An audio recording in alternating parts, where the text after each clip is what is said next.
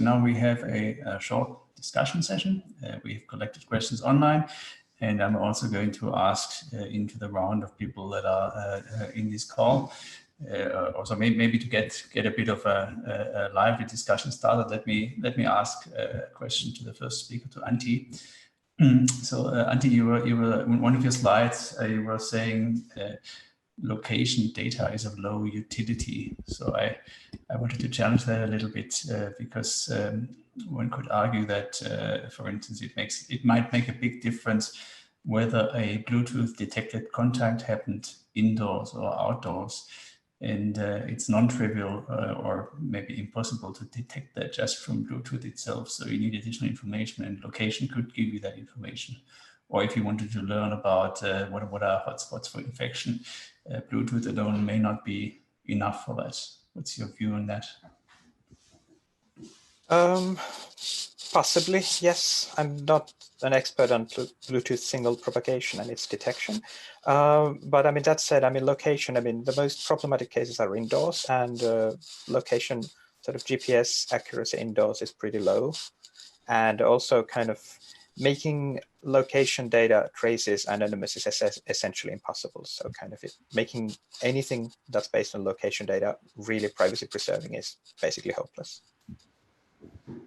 So it could be useful if it's of high enough accuracy. I mean, for instance, if you have a location data that's not just GPS, but also uses Wi-Fi triangulation, but you're arguing we shouldn't use it for privacy reasons. Yeah, I mean, of course, I mean, the more precise locations you get, the better, but yes, but I mean, then that would be a privacy nightmare, so. Okay, so let's move to Thomas. So we have an online question. The question was, what do you consider as the strongest challenge, so the most difficult one for computational methods in this JEDI competition? And maybe I can add, can you just for most of the people here on the call on following in the stream are computational people, machine learning people. It would be good if you say a few sentences about how they could get engaged, where they could get engaged with them. Should they team up with someone else, or do you see a problem that they can solve themselves? Right. So thanks, Bernard. So I think a big problem is that there are many different computational approaches. I'm not a computational scientist, I'm a chemist, but there are many computational approaches, and people produce lists of compounds like, hey, these are good compounds, let's try them. But the experimentalists are not taking them and actually trying them. So I think we need to improve the accuracy of these methods. And the way we propose to do that in our challenge is by cross-correlating that. And the cross-correlation can be done within a team. So they can take different approaches, maybe deep docking and molecular dynamics and machine learning. Or, I mean, this is outside of my expertise, but hopefully by using multiple approaches and then also cross-correlating all the results of all the teams, we will get the list of compounds that are more reliable. And we have the means to experimentally check. So I think it would be extremely interesting to see from all the computational teams all the different approaches they can come up with, and how we can let's say put them all together and get higher accuracy results. So I just heard that bioRxiv, for example, is now no longer accepting preprints of repurposing predictions only in silico methods. So there seems to be a lot of noise generated in the literature that it's difficult for other people to take downstream. I think that's a challenge. Let me ask into the round. Do we have a question of the people who are on the call? Yeah, I have one here, Bernard. Rolf, thanks for the overview of the COVID resources at EBI. I think one thing that will be very interesting for this audience is you know, when do you anticipate there to be an interesting data set of a certain scale, and what would it be? Is it mainly the viral genomes that will come first? I mean, there's sort of a question, I guess, you know, where are the opportunities for machine learning and technical scientists to get engaged and prepare for having methods that then can leverage these beautiful data sets that are going to come in the next weeks or months? Yeah, so I'm pretty sure coronavirus sequences will be a first big batch. For me, it's a bit difficult to estimate exactly when we will get how much, because the final button pushing is depending usually on a lot of internal negotiations between people there on the metadata they send to us. So if it's just the sequence, this is pretty boring. Yeah, it's still helpful, because if you get an idea of the mutation in the space, then you can better plan how you create vaccines, how you try to find intervening drugs.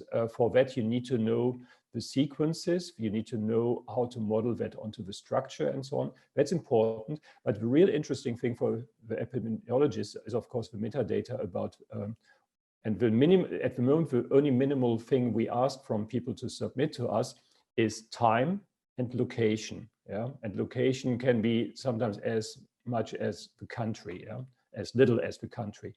Then we ask for the submission address, yeah, who sent it to us to contact, a number, an ID number, which is usually pseudonymized.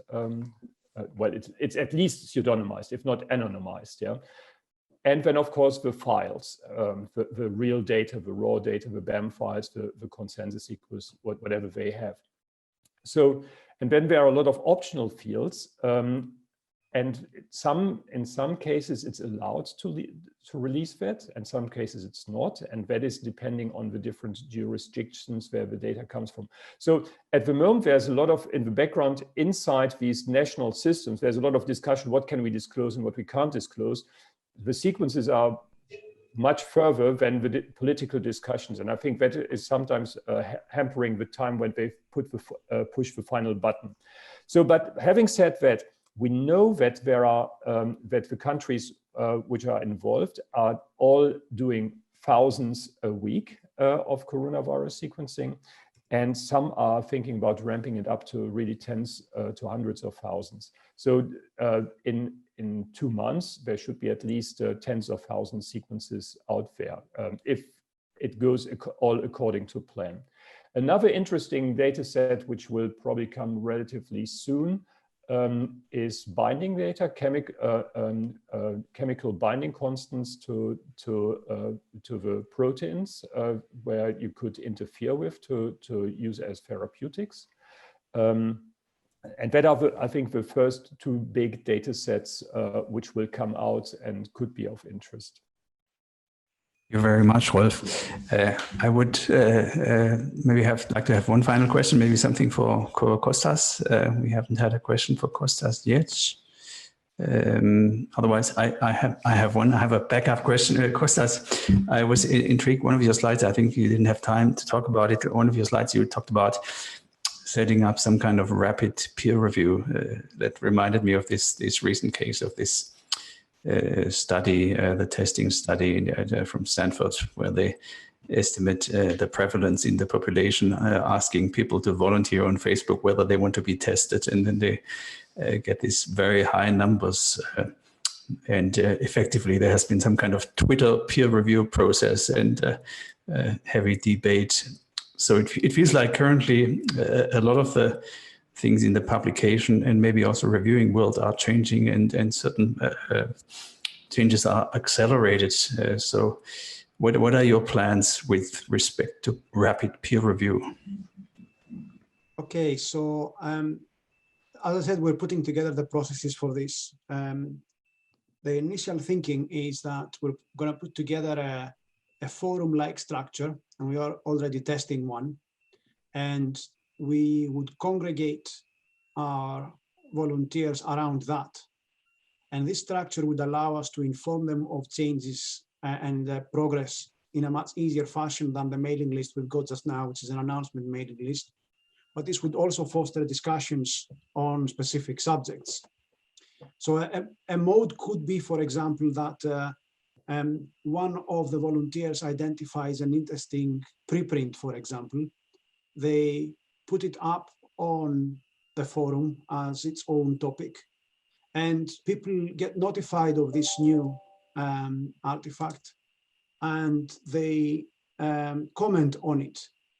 And what one needs on top of that is a workforce of people who are respected in their areas and who would be able to assess these reviews and understand which of the outputs being judged this way are making inroads towards really addressing COVID, informing SPIEM and the government, etc., and which ones perhaps are not directly relevant or interesting. So as you said, it's a new, we're piloting a new mechanism of crowdsourcing peer reviews effectively, which, you know, it's in the making. It's not something that, as you said, I've not encountered this before. People are used to much more structured reviews of outputs. Thank you very much, Kostas, and thanks again to all the speakers. So I would like to hand over to the session chair of the last session. It's going to be Michaela van der Schaar. She talked about her own work a couple of weeks ago. And I don't know if we're allowed to say that, but she has some great success. Her tool will be rolled out nationwide in a pilot for ICU capacity planning. So that's very exciting. But without further ado, let me hand over to Michaela.